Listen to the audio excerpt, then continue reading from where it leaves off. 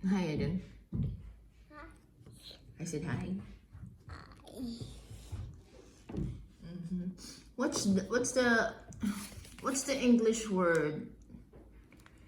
Di ba yung gikaon saging? What is saging? That means banana. Banana. What is isda? That means fish. Fish. What is balay? That means house. That's what? That means house. That means house.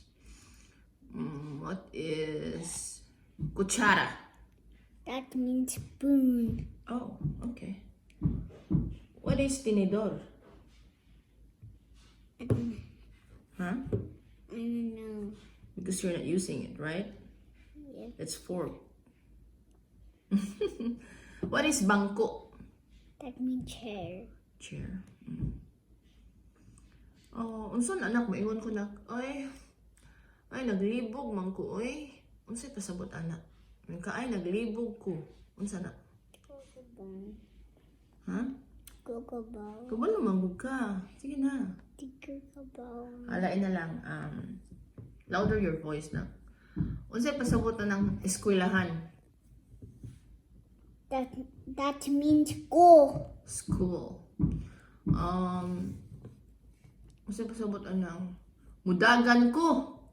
That means faster. Mudagan ko.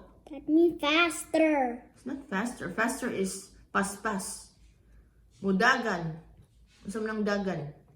That means run. Yes, run. Unsa pa man? Unsa man ang duwaan dong duwaan? That means toys. Toys. Pasabot anang kuan. Naglagot. Yuko. Suko. Unsa lagi English? Sana suko. That means mad. Mad. Kanang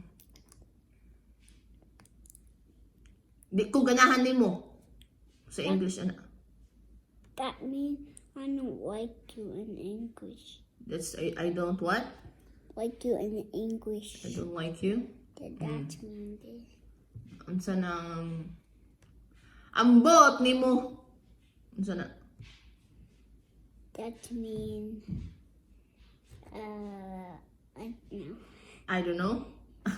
Ambot nimo is I don't know. Unsa nang kung ano kanang whatever. Whatever kanang mo ana ka ba?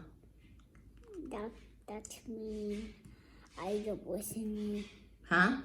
That means I don't listen you. I don't listen to you. Yeah. Yung kag whatever. Unsa nang gwapo? That means handsome. Unsa? That means handsome. Kanang unsa pa man ay? Unsa pa na dong kanang mga Bisaya nga kabalo ka ba? Kay ikaw may tig-translate ni Adi ug ni Ada. Ikaw mo magug ka. What else? Unsay pasabot anang maingon ko nga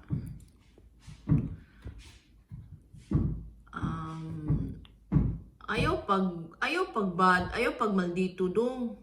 That means don't be Ano ko ay pag maldito dong. Unsay pasabot ana in that English? means bad. Mad? Yeah. Mad or bad? Bad words. Bad? That's bad words. That's bad words?